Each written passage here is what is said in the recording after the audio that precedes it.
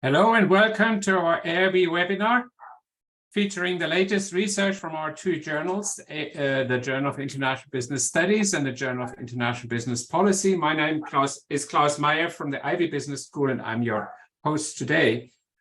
The purpose of these webinars, as most of you probably know, is to share research that has been published in our journals and to stimulate discussions on both the broader implications for practice, but also future directions as to what do we understand, what don't we understand, where do we need further research.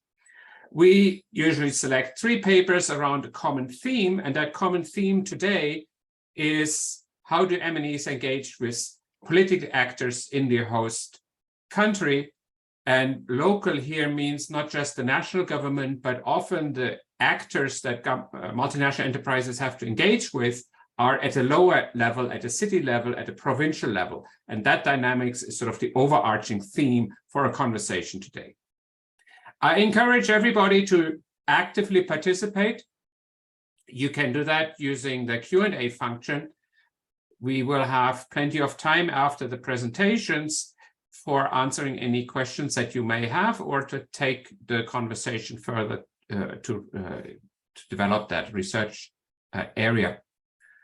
Please use the Q&A function for asking questions, and you can also see what questions other people have asked and vote on questions. So the more votes a question get, the more it goes up the ranking, goes to Jonathan's attention. Just for those who are not familiar with what we are doing, we do all the webinars that we've done in the past are available on YouTube and on the AIB website, so that we have quite a resource. We have by now about 25 webinars there where you can listen to what scholars have to say about their research over the last 3 years. And with that, without further ado, let me introduce Jonathan Doe, who is the host for the conversation today. Jonathan is Associate Dean of Research and a Chaired Professor of International Business at the Villanova Business School. He is very well known in the IB community, mainly for his work that is sort of at the interface between the multinational enterprise, non-government actors, and governments, and then issues like social responsibility, non-market strategy, and topics that arise in that area. So, Jonathan, thanks for being with us today, and over to you. Thanks so much, my good friend Klaus Meyer. I'm delighted to join you here. Good morning, good afternoon, good evening, whatever time zone you're coming from. Just by way of introduction, if I could just share a couple quick comments about the topic. You know, the issue of how multinationals and other firms interact with political actors and institutions is one of longstanding interest in the IB community. If you go way back to early scholars like Ray Vernon and Lou Wells and Ted Moran, they were especially concerned by how host governments might constrain or undermine or otherwise erode the potential economic benefits of multinational FDI, especially in sensitive sectors like utilities and others. More recently, we've seen IB scholars contribute to this discussion and add additional factors or stakeholders to the equation. For example, Ravi Ramamurthy introduced the notion of international governmental organizations as being an important actor in this dynamic. And then, as Klaus mentioned, Hildy Teagan and myself and others thought about how non-governmental actors might have a role to play here as well. More recently, scholars are thinking about political engagement proactively. So how do firms engage in a very strategic sense in political activity? How do they choose between doing so themselves versus it's part of a collective like a trade association? And then more broadly yet, how does corporate political strategy interact with and create dynamics with strategic corporate social responsibility under this broad rubric of non-market strategy? And we've had, I would say, a proliferation of research and publications, including some review papers, special issues. So there's a real renaissance, I think, in this particular area, and that's why I'm especially excited about today's webinar. Partly because each of these presentations touches on one or more of these interesting contemporary dynamics. So without further ado, let me introduce our first speaker, who will be sharing insights from his co-authored paper, Vikrant Shirodkar. He'll be discussing in part this issue of collective versus individual CPA, corporate political activity, here in the context of trade policy. Over to you, Vikrant.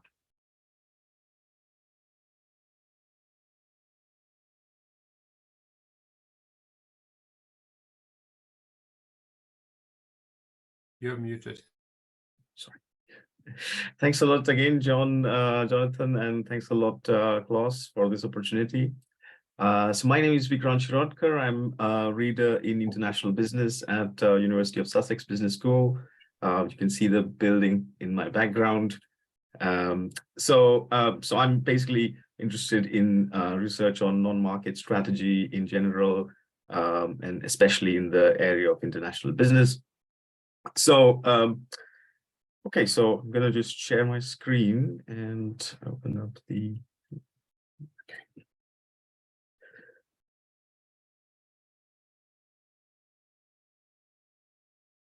Okay, so in this particular paper, which we recently published in Journal of International Business Policy, so here we are looking at the relationship between bimodal lobbying and trade policy outcomes, and we are looking at the corporate political activity in India in a sort of uncertain context. And my co-authors are Dr. Amrita Saha from Institute of Development Studies in Sussex, and Professor Thomas Lawton from Cork University Business School and Surrey Business School, University of Surrey. Okay, so let me just start with introducing the idea of bimodal lobbying. So as Jonathan mentioned, there is a lot of research on corporate political activity these days, especially how multinational enterprises interact with host governments. And of course, multinational enterprises have some sort of bargaining power to negotiate with host governments for various reasons, specifically to get some access to markets or to negotiate sort of favorable entry modes. So there could be various reasons, and also in generally to develop some sort of legitimacy in the non-market context. So previous research in this particular area has largely focused on either firms' unilateral, that is individual interactions with policymakers, or collective action, which is the other way, which is working collectively with trade associations or chambers of commerce, which are more popular in host countries. So basically, research has looked at these two different types of approaches, either individual or collective, in sort of different ways, right? So, however, there is less research on whether firms can actually combine their collective action with their own individual lobbying attempts, and whether they can be complementary to each other or substitutes. So there is some discussion about this, and GIA, for example, 2014 SMGA paper has discussed this, but there's very less research on the sort of whether firms can combine their capabilities in these two approaches. Okay, so obviously the individual approach requires firms to have their sort of own government affairs or public affairs function through which they can individually interact with policymakers. On the other hand, in collective action, firms with fewer resources can work collectively with other firms as part of associations or different other sort of collective organizations. So of course, again here, if firms have a good amount of resources, they can effectively combine, and also if they have the sort of capabilities to do so, they can make their sort of lobbying more effective. Okay, so looking at this sort of gap in research in this particular paper, we look at whether having sort of combinative capabilities in individual and collective lobbying can be actually effective. In the trade policy context, especially uncertainty in trade policy allows us to, it allows an ideal situation to study the effectiveness of sort of bimodal lobbying because in this particular context, whatever new policies the government might come up with, either being more protectionist or being more liberal, would eventually impact a large number of firms. So there is less incentive in working individually, and there's more incentive in working collectively with other companies. However, just working collectively may not be good enough because collective organizations have their own limitations and they often delay the policymaking process and so on. Okay, so that's our idea. So theoretically, we use the capabilities based view by Thies, and here we focus on political capabilities or non-market capabilities, which are referred to as a firm's capacity to deploy, renew, reconfigure their political resources to address the demands of the external institutional environments. So of course, here we say that, again, the idea is that resources are not good enough in the political context. For example, you may have people who are doing the lobbying, such as government affairs managers, but they also need to have some capabilities, such as, for example, scanning capabilities or predictive capabilities. Can they really scan the non-market and look for opportunities? Can they predict political risks? So likewise, can they really develop a good legitimacy and reputation among different non-market stakeholders? Whether they can internally have a sort of flexible structure at the organizational level to deal with policy changes. So, for example, can they change their strategy quickly in response to a particular new policy, which can help them gain sort of some first mover advantages, and finally, also, would they be able to align the divergent interests of different political actors, because often there is some sort of competition in the non-market arena, and there could be competing interests. So can they sort of align these interests, and can they develop some sort of consensus to be able to effectively develop some workable policies? So these are, again, I think, firms which develop better political capabilities can actually have better performance outcomes, and they can make the political activities more effective. So that's the idea in the capabilities-based view, especially in the literature on political capabilities. Okay, so here's the conceptual framework. Basically, we suggest that firms which can combine their individual and collective, basically they can pursue a bimodal approach, can be more effective in reducing policy uncertainty in the trade policy area, and we also suggest that exporting firms in particular can do this better, and also this can be also improved if there is some sort of government support to the industry in which the company is operating. Okay, so that's the general conceptual framework. So in the first hypothesis, basically looking at the direct effect between bimodal lobbying and effectiveness, generally we suggest that firms which can combine collective and individual can have stronger non-market sensing capabilities, because they can have improved information from both individual and collective sources. They can also develop more trust in their business among other stakeholders, because they are not just working alone for their own interest, but also trying to look at collective actions, looking at collective interests. So they can basically renew their sort of legitimacy, reputation. They can appear as more credible actors.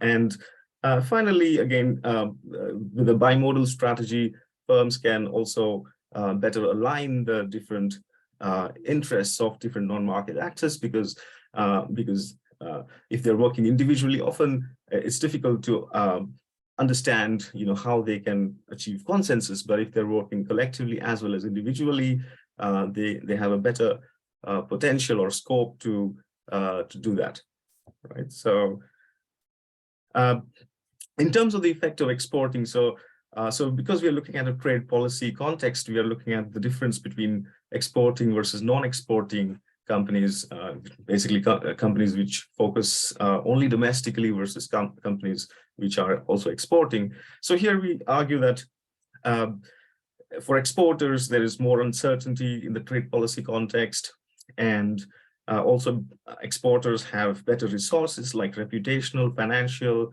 informational. They're also, for example, they're closer to the technological frontier. They're technologically more intensive than domestic sellers. So effectively, if you're an exporting firm, then there is better effectiveness from the bimodal lobbying.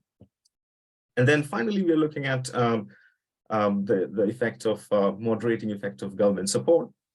So of course, here in some industries, there is better support from the government, especially in terms of, especially in uncertain policy periods.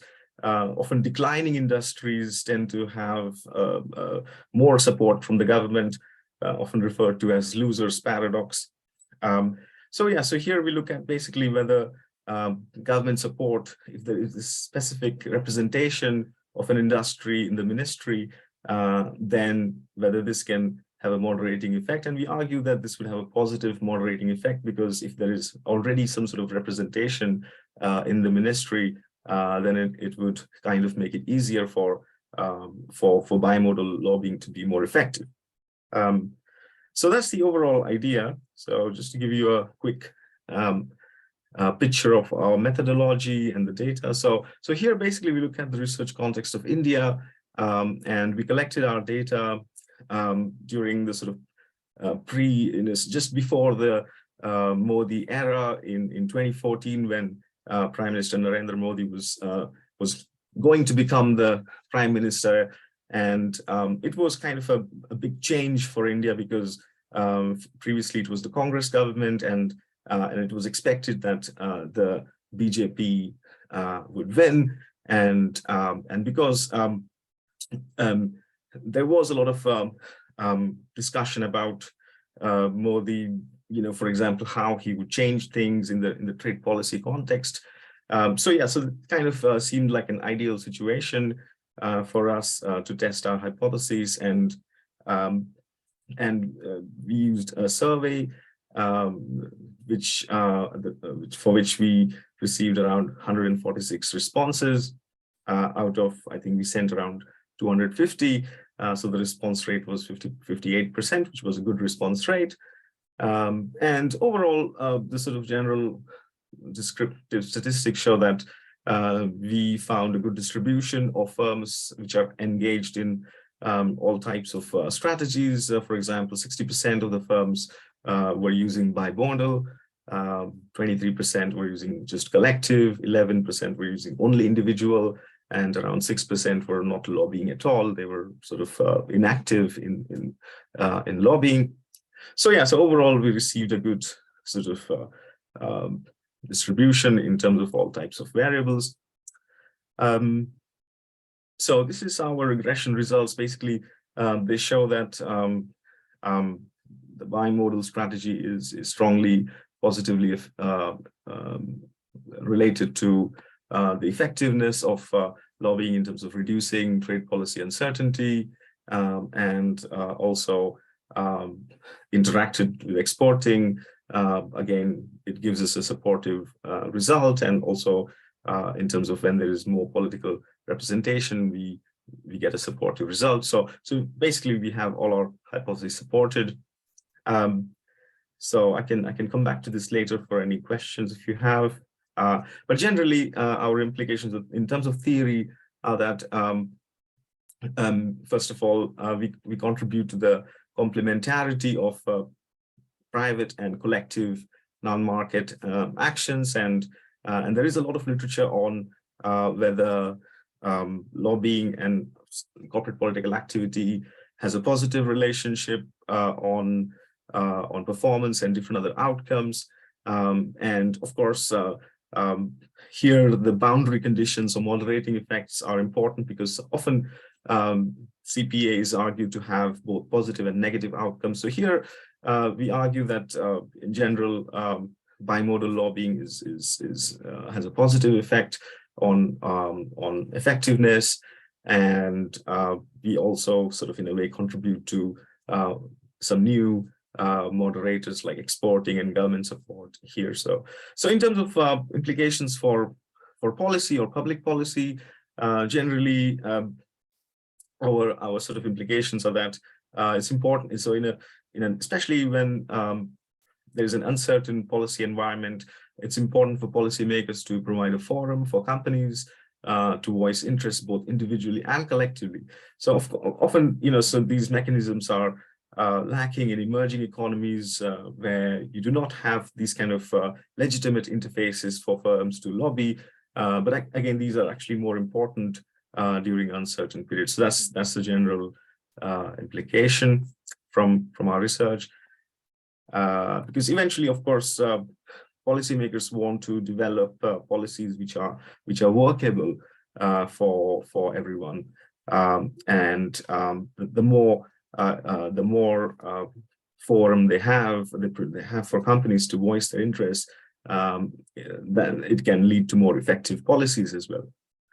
So that's pretty much it. I guess hopefully I'm on time on this. Yeah. Thank you. Thanks a lot. Thank you, Vikrant. Very interesting. Thank you.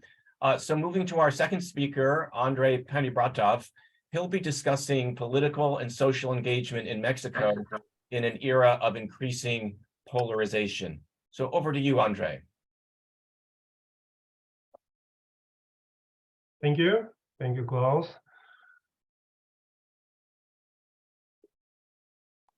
So, dear colleagues, dear AIB community, I will present the paper that with my co-authors have published in Journal of International Business Policy.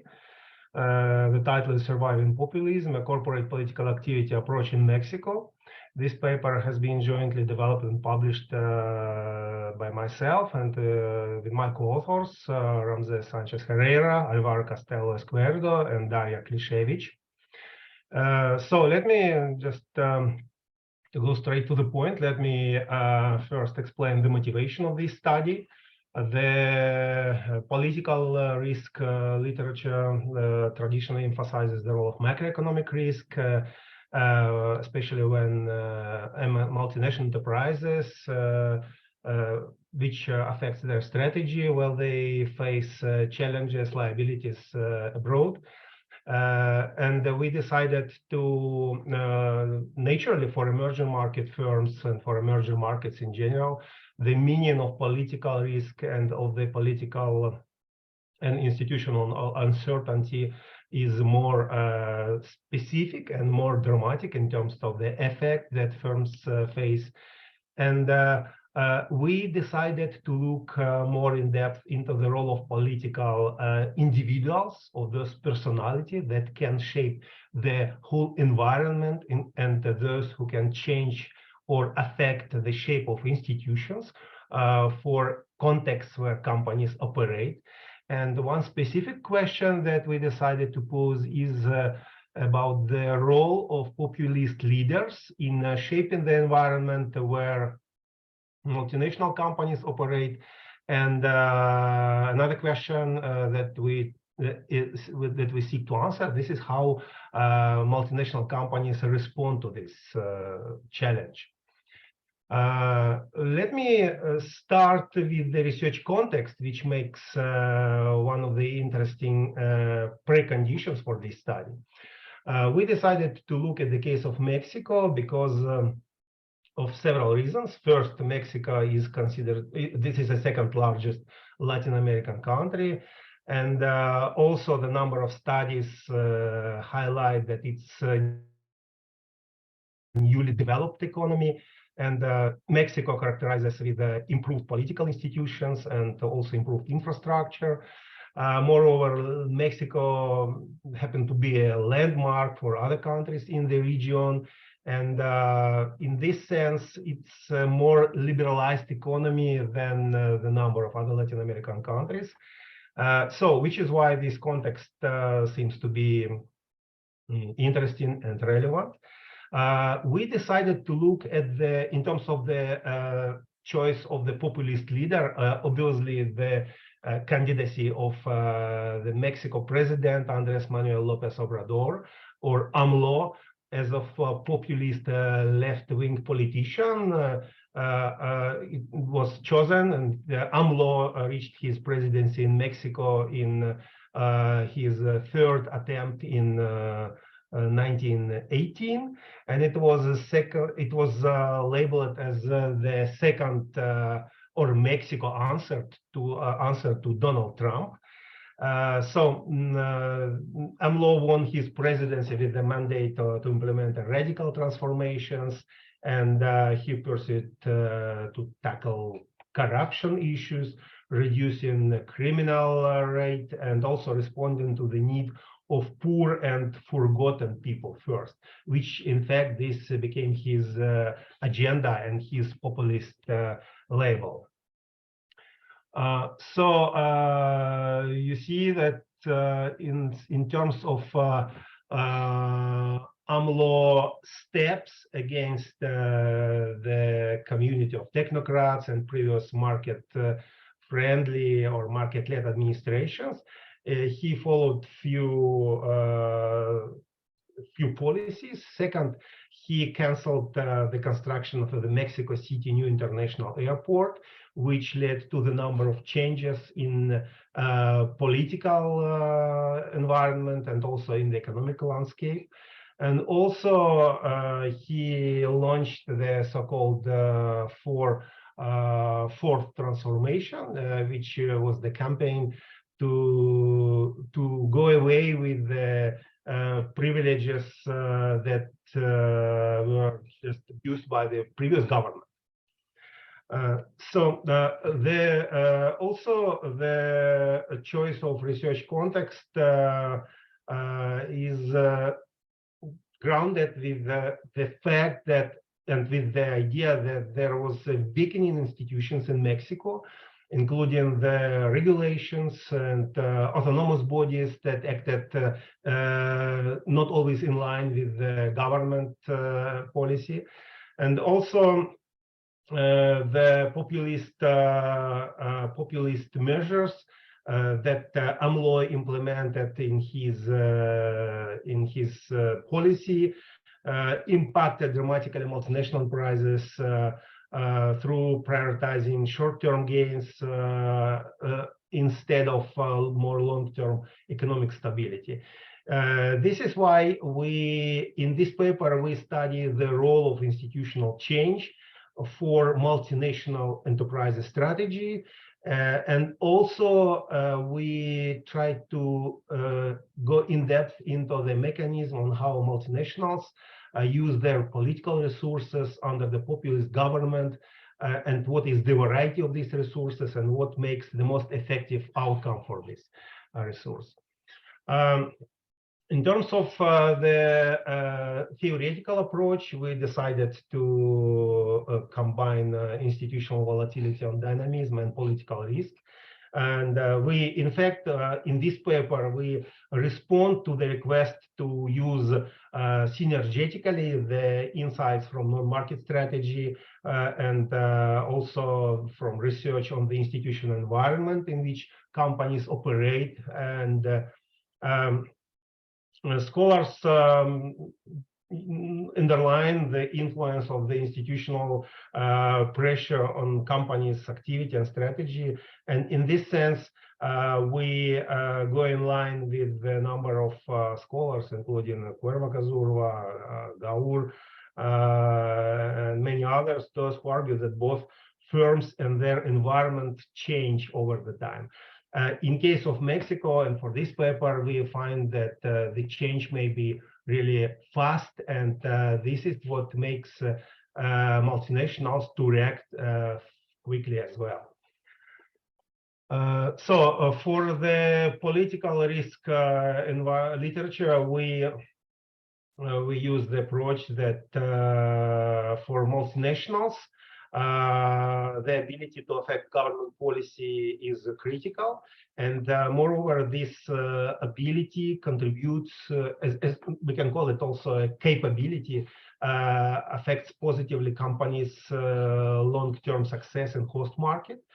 And also, since political risk is a function of existing institutions, the policy for regulation can be interpreted differently by different political parties. And in this sense, we consider populism as a source of political risk, since populists try to undermine or to reshape institutional frameworks. This is what might change both formal, or at least affect formal and informal institutions. For this study, we have chosen the discourse analysis, critical discourse analysis methodology, and we tried to collect the speeches, and we analyzed the speeches of the president of AMLO. With our analysis, we tried to assess the level of uncertainty that was generated by his speeches, and to trace implications for multinational enterprises as an effect of this discourse. More specifically, we have selected several most important economic policy-related actions or steps undertaken by AMLO, and we analyzed the discourse regarding the cancellation of some of the projects, including the airport that I mentioned, and also the effect, the development and the effect of the neoliberal project, which was mentioned as fourth 14. For our findings, let me just emphasize few important results. First, we revealed that multinationals in Mexico perform various adaptive, additive, and transformative non-market approaches. Multinationals established their specific strategies to avoid being outsiders, and also to remain in line with the 40 new business project. We identified with our discourse analysis that with the cancellation of the Mexican City airport mega project, AMLO president sent a political message. It was not only economic outcome, but mostly it's his personal message, which caused reactive measures from the number of businesses, and also for personalities, for CEOs, for top management teams of multinational enterprises. In our paper, we reinforced this assumption, considering the substantial impact of media discourse on this mega project's outcome and forthcoming consequences for the country. We also, our results show that the presidential power aimed to establish a narrative to capitalize on the lack of public confidence in the previous institutions and in the previous administrations, to advance his personal or the current government political agenda, for which the previous party or previous regime was highly criticized. And also we argued that the populist governments in crony states, which might be also the case of Mexico, instead, or rather than trying to decrease the extent of the corruption, aims to create the institutional volatility to establish new rules of the game, which is the only way on how these rules can be integrated in the existing institutions. In terms of the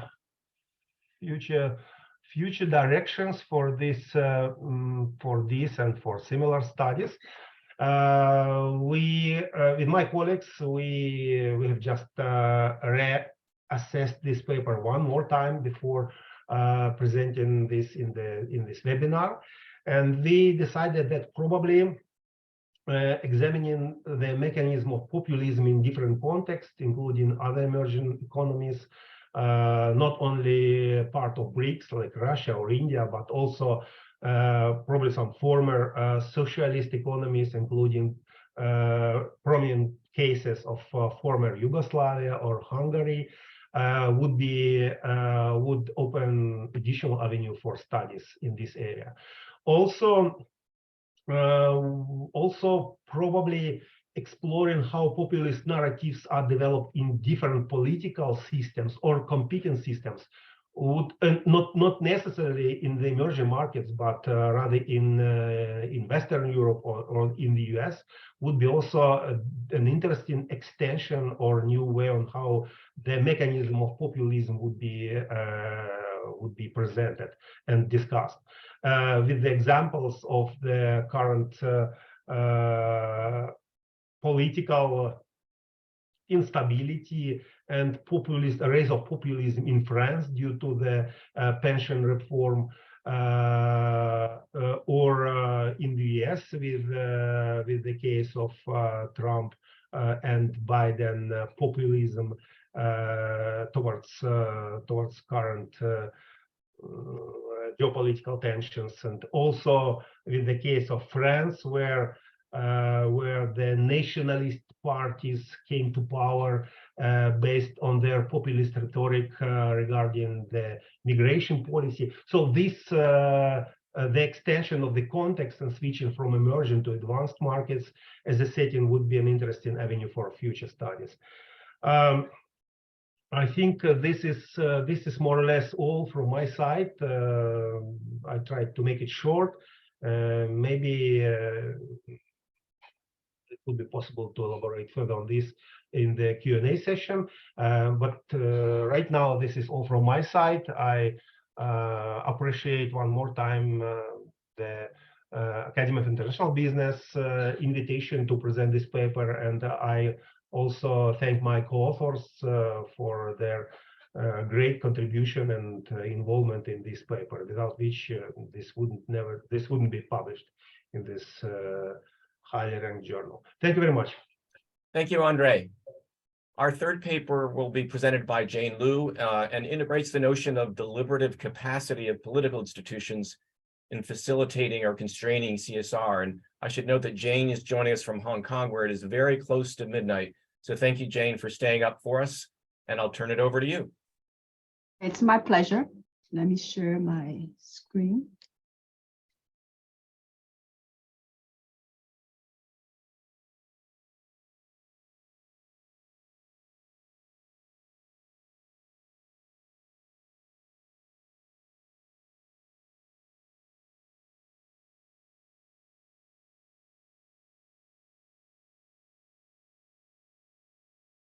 Okay.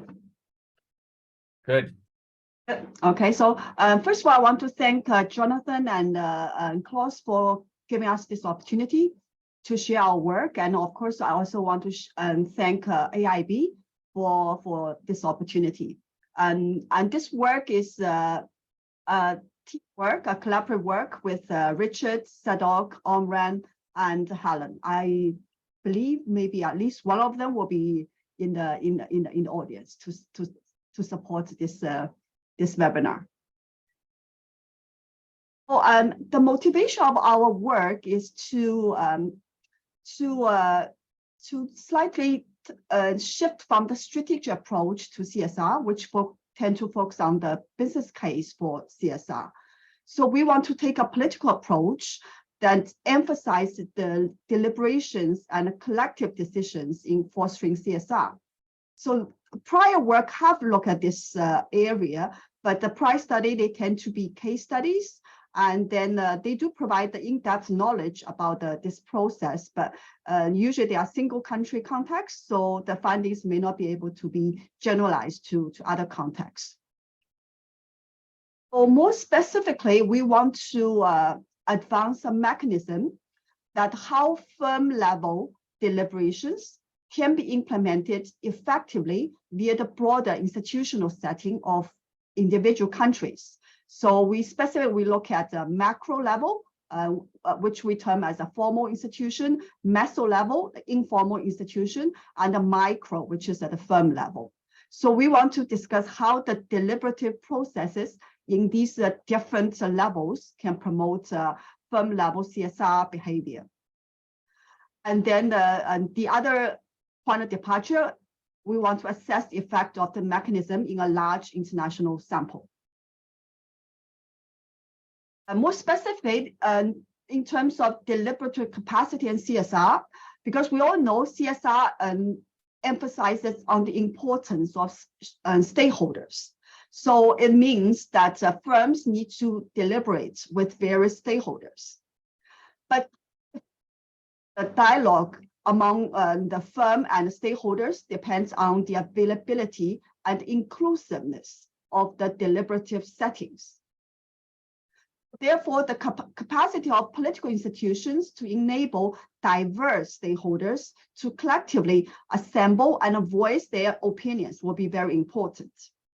So therefore, we look at the multi-level deliberative capacity, such as formal macro institutions, informal meso-level institutions, as well as the organizational level micro institutions.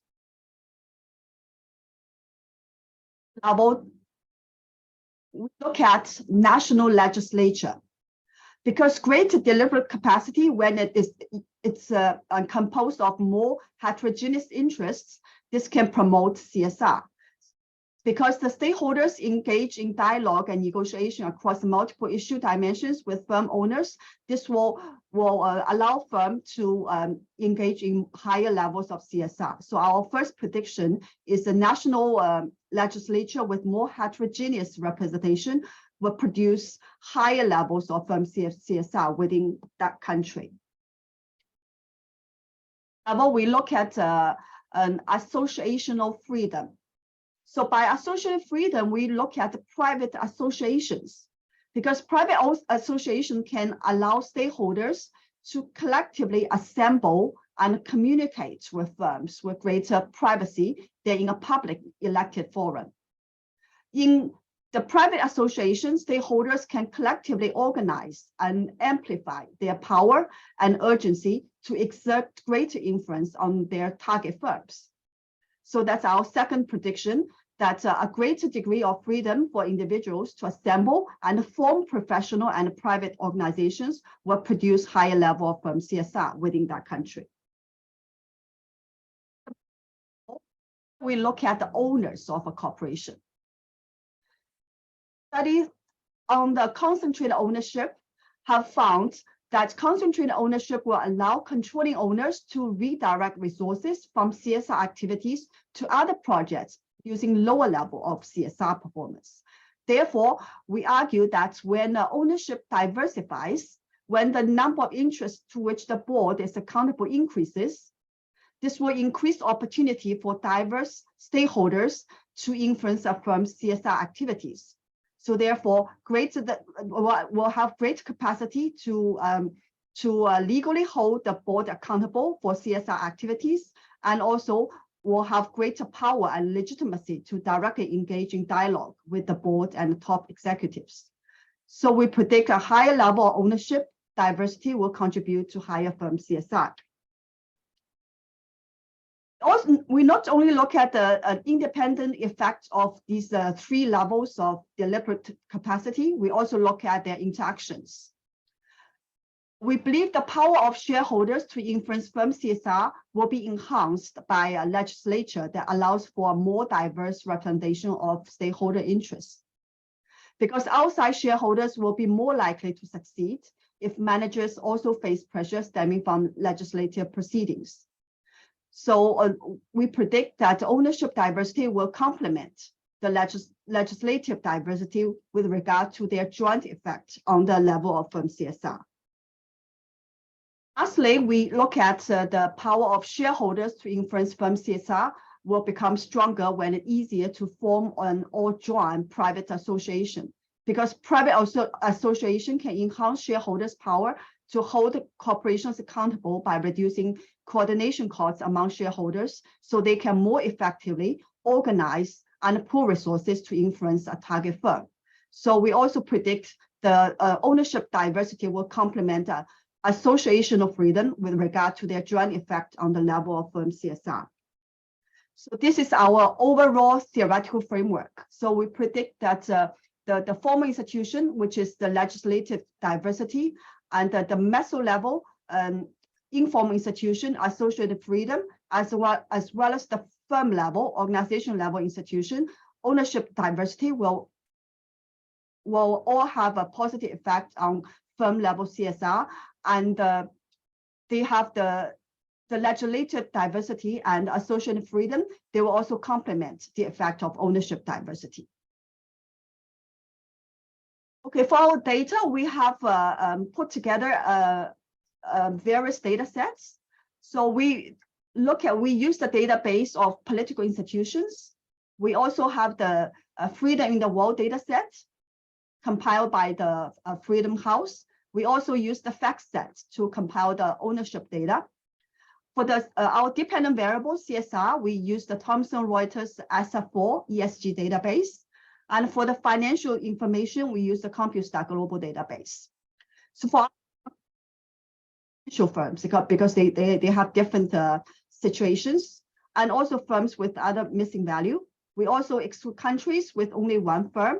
So our final sample has 21,941 firm year observations, comprising of 3,563 unique firms from 34 countries over the period of 2005 to 2017. Our dependent variable is CSR, which is an equally weighted aggregate CSR score using a firm's ESG and governance, environmental, social, and corporate governance scores. Our variable, which is legislative diversity, it is an index. It's the fractionization index, which is defined as the probability that two deputies picked at random from the legislature will be of different parties. For the associational freedom, it's measured as the freedom of assembly, demonstration, and open public discussion, the freedom for non-governmental organization, and the freedom for trade unions, peasant organizations, and other professional and private organizations. For the ownership diversity, which is the percentage of floating stocks, we calculate floating stock as total shares outstanding minus the closely held shares, which are those held by controlling shareholders or insiders, such as managers or directors. So this is our empirical design, which is quite straightforward. And here we also include various controls like firm level controls, industry level Herfindahl index, as well as country level controls. And then we also have country, industry, and year fixed effect. Here is the main results. As you can see from model 1, 2, 3, which are the independent results of the legislative diversity, associational freedom, and ownership diversity. So which you can see, they all, the one in the brackets are the p-value. So they are all positive, which means they will contribute to firm level CSR.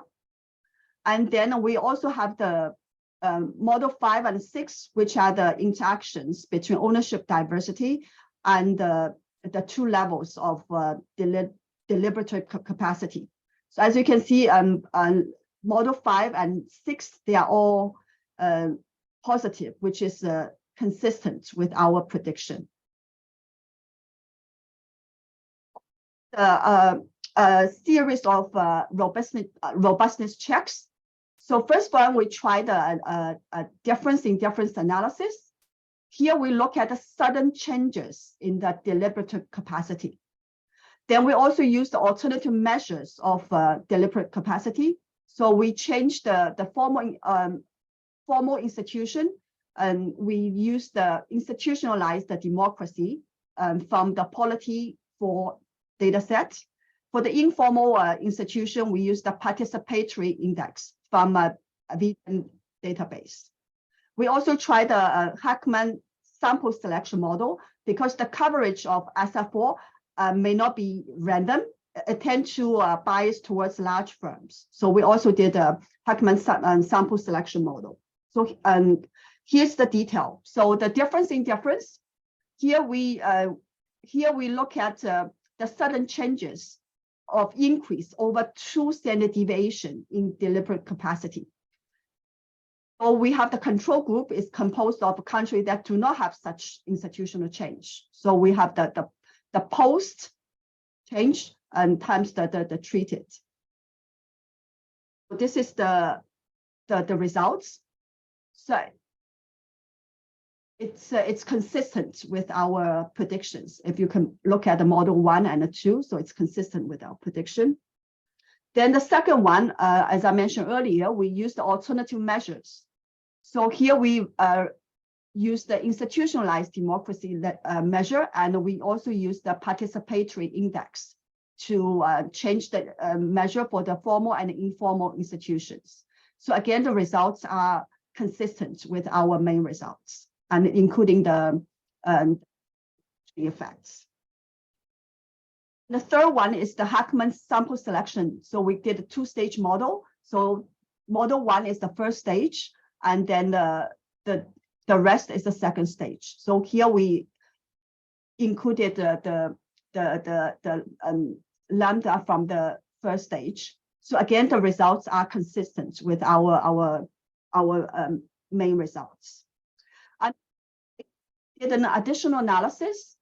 Here we look at a cross-country diffusion of CSR by involuntary cross-listing. Why we use this? Because cross-listing increases the ownership diversity, introducing a new owner, which is a foreign owner. And cross-listing at the same time, cross-listing can reduce the effects of the home country's formal and informal institutions, because the firms are subject to a new country, the rules of a new country. So here we focus on particular breed of US cross-listing, which is involuntary, which means it's not a choice by the firm. So here we found the involuntary US listing, it is beyond the focal firm's control, so it satisfies the exogenous condition. So it will be better identification for the effect of the home country's institution on CSR. So here's the cross-country diffusion of CSR. So here we can see in model 1, the legislative diversity, association of freedom, and the involuntary cross-listing, they are all positive and significant. But at the same time, the interaction is negative. It shows that the cross-listing will reduce the home country influence on the CSR. So model 2 is similar. It looks at the involuntary cross-listing and informal institutions. So again, it's a negative interaction effect. It shows that the cross-listing, this exogenous shock will reduce the effect of the home country institution. So overall, our key finding is that we found a great deliberate capacity at a multi-level contribute to more socially responsible corporate behavior. And we also find the macro and the meso level institution settings can reinforce the effect of micro deliberative settings on firms' CSR decisions. So our study wished to contribute to alternative deliberate arenas by extending the analysis of CSR outcomes. And due to the deliberative process beyond the organization level, we identified 3 levels of deliberative settings. And we also found the interrelations between different levels of deliberative arenas. And then lastly, that we test the generalizability of our proposition with an analysis in a large international sample.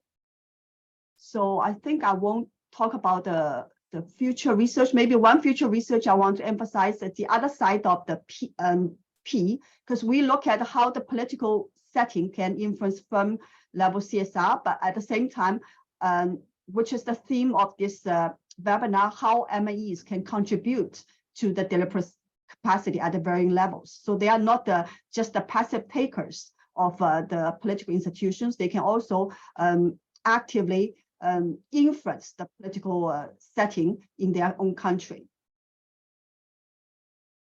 So I think I'll stop here. Then I'm happy to take questions during the Q&A. And again, thank you very much for the invite to share our work. And I hope to have more interactions with the audience in the Q&A session. Thank you, Jane. Sorry? Our presenters have been very efficient in answering the questions in writing in the Q&A area, but there's a couple questions I'd like to revive and bring out for discussion.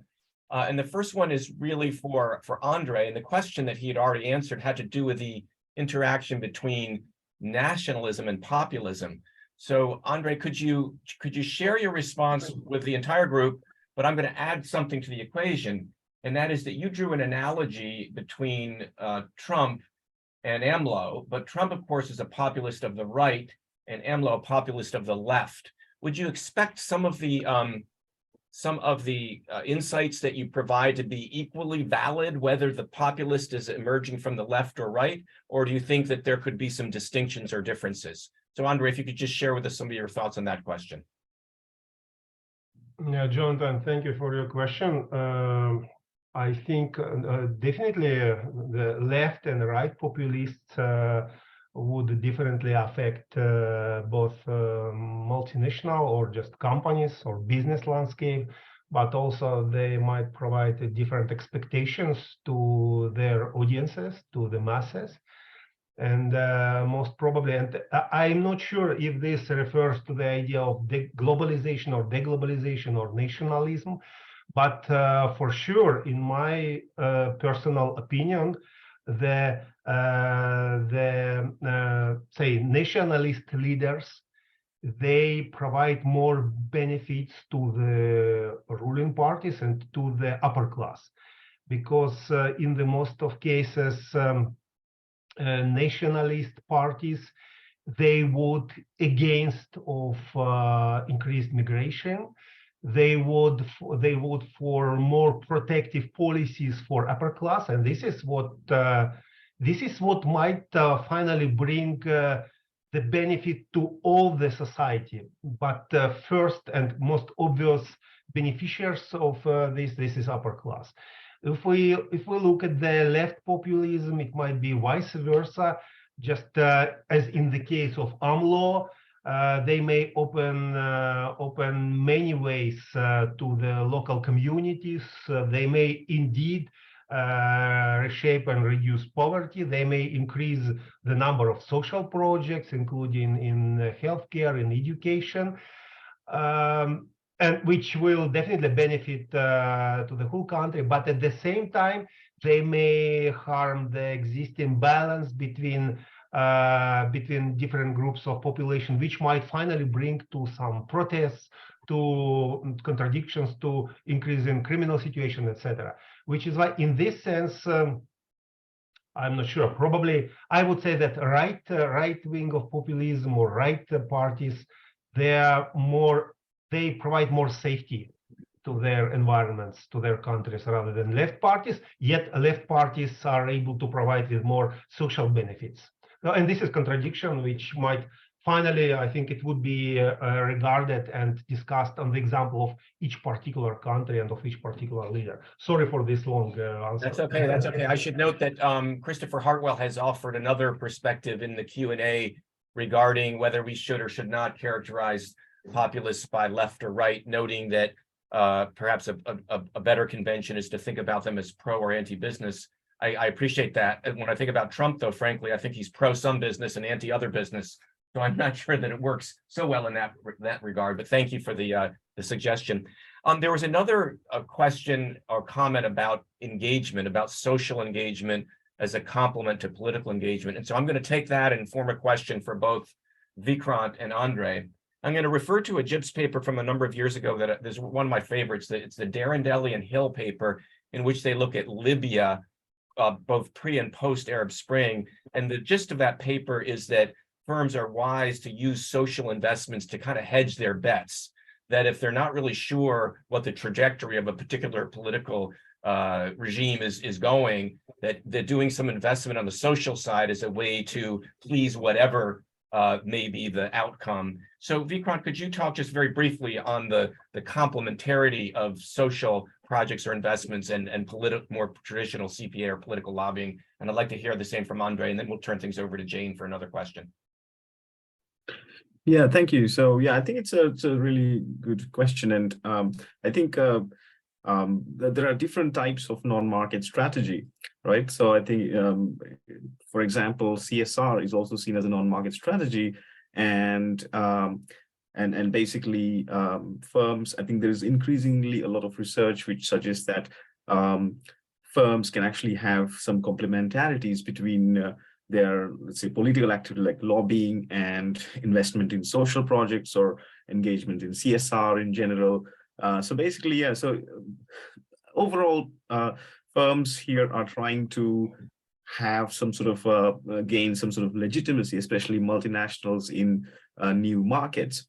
And so they can either have standalone strategies, or they can combine their CSR with political activities. So it's kind of course, you know, there is a cost to doing everything, right? So and so, you know, they have to also optimize what works best for them.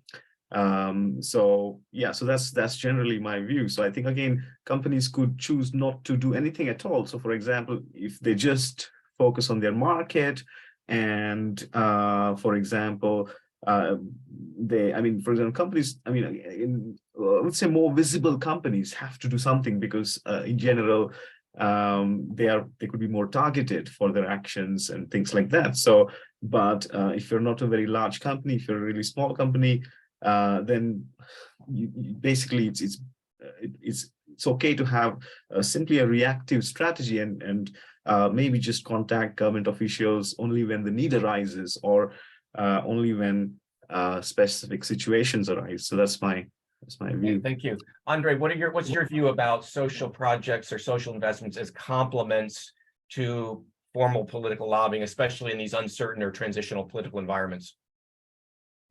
So I think in addition to what Vikrant mentioned, I think that probably these social investments undertaken by multinational companies, they do not only provide or secure their response, their safe response to the populist agenda or to government narratives, but they do not only increase their legitimacy both for administrations and for population, but I think that maybe this is something where we also face the phenomenon of populism, populist narrative by multinationals, by businesses, by CEOs. And this is, I think, we didn't discuss it neither in the paper nor here, but in this webinar. But I think that potentially it might be another interesting topic to discuss. And also, this is probably, if we look at the multinational enterprise that provides its own populist agenda, or the group of companies, imagine some large IT companies of the scale of Huawei, for example, or some mining companies. This is what would provide us with the chance to go more in depth into the mechanism of populism, and probably to find some alternative or just other interesting tools or mechanisms on how populism can be delivered from governments, from businesses, from activists, from different parties. Thank you. Andrei, could I just remind the group that if you have a question, to please put it in the Q&A, not in the chat. Thank you. Jane, I have a question for you that is based a little bit on one of the questions that was already answered. And it's the following, that there has been research, Matten and Moon's AMR, among others, that suggests that in environments where governments don't have the will or the ability to provide social goods or services, that firms will provide more CSR. And yet your findings seem to suggest that the political environment needs to be supportive or munificent towards CSR. Could you see any sort of diminishing returns here? In other words, at very high levels of deliberative capacity or very high levels of democratization, could you see less need for CSR, or do you think that's a pretty much a straight, linear relationship, no matter the continuum? And if you need me to clarify my question, please ask me to do so. On the type of CSR, Yes. yeah. So if we are thinking of if the government the level is very supportive, which means there is not that much of a governance gap. So then not so much need for the firm to substitute the government in the institutional voids. Then probably the political CSR will go down, right? Because there's no need. But at the same time, the other type of CSR, so firms, other type of CSR, so what more the strategic CSR probably will go up, because you can get long-term benefits, because CSR as an investment, right? So then in a stable environment, then a firm, they can get a return from this investment. So on the other hand, if there is a large gap, then the public political CSR will go up.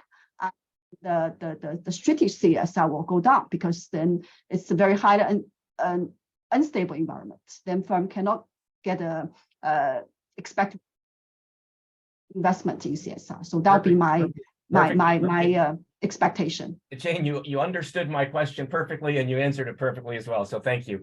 Andrei, do you want to go back to Christopher's question about characterizing populism left versus right, as opposed to pro-business or anti-business or some other scale? Yes, the problem is that you mentioned that I shouldn't respond directly, and I tried to make it through the internet, but then something went wrong and it just disappeared from my screen. So if you could just put it back or pull it back, or. So I think, Andrei, the Christopher was suggesting that I've been characterizing populism as left and right, like AMLO on the left, Trump on the right. And he's telling us that he has a piece with Tim Deviney in which they believe that's not a good way to think about it, that it's better to think about it as pro-business versus anti-business. And the question is, do you have any opinions on that debate? Yes, let me just then briefly remark that probably this is what I have partly answered before, but when it's pro-business and anti-business populist rhetoric, then it might not necessarily harm or benefit in the specific society, because if it's, say, anti-business but pro-societal development or pro-societal something, then there is always the subject of we need to find the synergy between the different types of populist agenda and of the societal effect. And which is why that even, say, if business is restricted or its business opportunities are limited due to the populist effect, then probably society would benefit. And this is what should be taken into account in combination. But it's difficult to say more. Thank you, Andrei. I believe we have tackled most of the open questions, although now I see a couple coming in now here. So the first question is one for all of you, and maybe we'll use this as the final final question and response. The question is, firms can either use the relational non-market or transactional non-market strategy. Can MNEs who are using a non-engage approach adopt a transactional method to solve pressing public or environmental issues? So let me just repeat that. Firms can either use the relational non-market or transactional non-market strategies to engage with host non-market actors. Can MNEs who use a non-engage or disengaged approach adopt a transactional method to solve pressing public or environmental issues? Vikrant, I think this was more kind of in your bailiwick, so why don't I let you respond first and then see if Andrei or Jane have anything to add? Yeah, I think as I think mentioned before, I think for example, a non-engaged, yeah, it could be a completely non-engaged, which means companies can even not do a transactional, but actually that's quite difficult because often companies will come across issues and often they would have to consult with some politicians. So I think so it would be very rare if a company would always, have a completely disengaged approach. So transactional generally means that companies would engage only when there is a pressing issue which is affecting them. And yeah, I would say that that's a good approach. For example, it's a cost-effective approach. For example, your CEO could very occasionally, maybe once in a few years, whenever there is an issue, they could just go and consult with some government policymakers. So I would say that's still, a not very engaged approach, but not a fully non-engaged approach. Yeah. Andrei, anything to add? Yes, I have just mentioned that, just sent it in the Q&A, that probably for multinational enterprise in particular, it's not necessary to be engaged if they are in compliance with the policy, or if they are able to follow their opportunistic motives while being presented in specific country, especially when it's across borders. When it's outside of their home country, then probably it's more safe to comply. It's easier, so that they first they maintain or even increase their legitimacy for host governments, and also they just save money, investments, and they avoid political or politics related risks. So I think being non-engaged doesn't mean that it's a negative. It will lead to the negative consequence for a company, neither economically nor politically. Thank you, Jane. Any comments on this question? I just want to add on what Vikrant just mentioned. I think I agree with him about the non-engaging. I cannot think of that much why the firms that would do this in a non-engaging way. But for the transactional and relational, I think also that in terms of why firm want to do this, I think also depends on just go back to my paper, it's about the institutional context, right? So relational, I would consider it's a kind of long-term investment. So you want to build the relationship with the political actors, right? So, but then things can change, right? In a highly unstable environment, you think you are making the investment, you are building a relationship, but things can change. So this kind of relationship may end up be harmful. So whether firms should use transactional or relational, it depends on the institutional environment. Thank you, Jane. There was just a comment in the Q&A about state-owned firms, and I would just say I know that Jane and some of her colleagues and others have looked at state-owned versus non-state-owned firms in their both political activities and CSR. So I don't have the sites off the top of my head, but I believe that is an area of inquiry for some anyway. Question in the Q&A? Yeah, it was just a comment. It wasn't a question. How to engage firms with the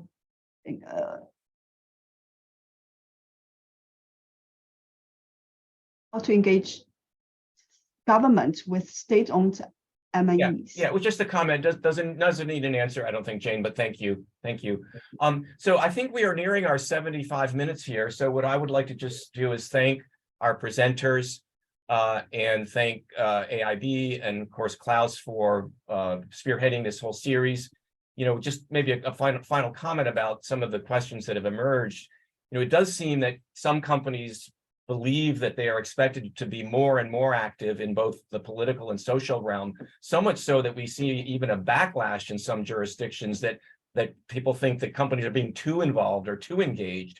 But that notwithstanding, I think this will continue to be an area of very high research interest and practical and policy impact. And so I hope that our presenters today have gotten some of you in the audience thinking about how your research and your interests may be able to contribute to what I think is a really important and vital debate in international business. So with that, let me turn things over to Klaus, back over to Klaus to close things out. Thank you, Jonathan. Thank you, all the speakers, for your interesting presentations, for engaging with a variety of questions that usually go beyond your actual papers. And thanks for the audience for asking those questions. I think the discussion sort of highlighted a variety of different ways in which companies do engage with the host society. And it also suggests that there is a continuum between corporate political activity and corporate social activities. And there's a review paper to which Jonathan actually was a co-author recently that talks about those two concepts and how they are different and how they overlap. But we've seen the lobbying, which is clearly corporate political activity. We've seen CSR, which is primarily about the practices in your own organizations. But there's something that's somewhere in between. And I like what Andrei was talking about, which we haven't picked up so much, is the idea of social projects, which indeed in my own experience in China, I've seen that actually a lot, especially my work with the various chambers of commerce, that they encouraged and publicized foreign companies to engage in projects which could be like partnerships with rural schools or addressing an environmental issue in the local community. And the types of initiatives they would take in China would be quite different than the types of initiatives they would do at home. For example, vocational training is something which foreign companies often did and where they made a contribution to their host society because it's something that's important to the host society. They don't have the institutional structure to do that. So a partnership between a foreign company and the local school provided a framework for something that had benefits well beyond the company, but it helps the foreign company to overcome this liability of foreignness, the perception of, that this company only cares about their home country and not about us, we in our community. How does this foreign company fit in there? So the foreign companies are trying to demonstrate, not just to the political decision makers, but for the community more generally, that they are part of the community. And that's, I think, what's behind these social projects that I've observed in China, and which Andrei also identified in his research. And the reason I'm emphasizing this now is because I'm not actually aware of focused research on that type of activity. I've seen it myself. Very interesting question, the last one you had about transactional versus relational approach. I think transactional only works in specific situations. If you have a crisis at hand, you have to act. If you have a legal case, if you deal with a court system, trying to bribe the judges usually doesn't work very well. Okay, so there are specific situations where transactional might work, but generally CSR and CPA, corporate political activities, it's more about relational. With that, thank you again to the presenters. Let me round up by reminding everyone that the papers that we talked about today have been published in JIBS. I think some of them are still in online advance, but you'll find them on the JIBS website, as also find the paper that Jonathan was referring to earlier. He put the link in the chat.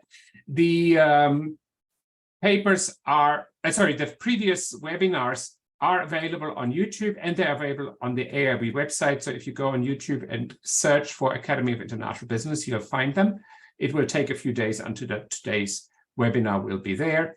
And I'd like to round up by thanking all the people that are supporting this in the background, which of course are the editors of the journals.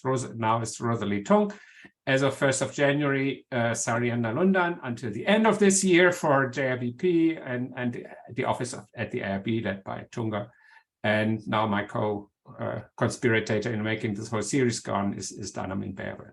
Thank you everyone for your contributions, and I hope to see you at some other webinar or at our conference in Warsaw in July. Goodbye. Thank you, Klaus. Thank you, everybody. Thank you, John. Goodbye, thank you. Bye-bye. Thank you, bye-bye.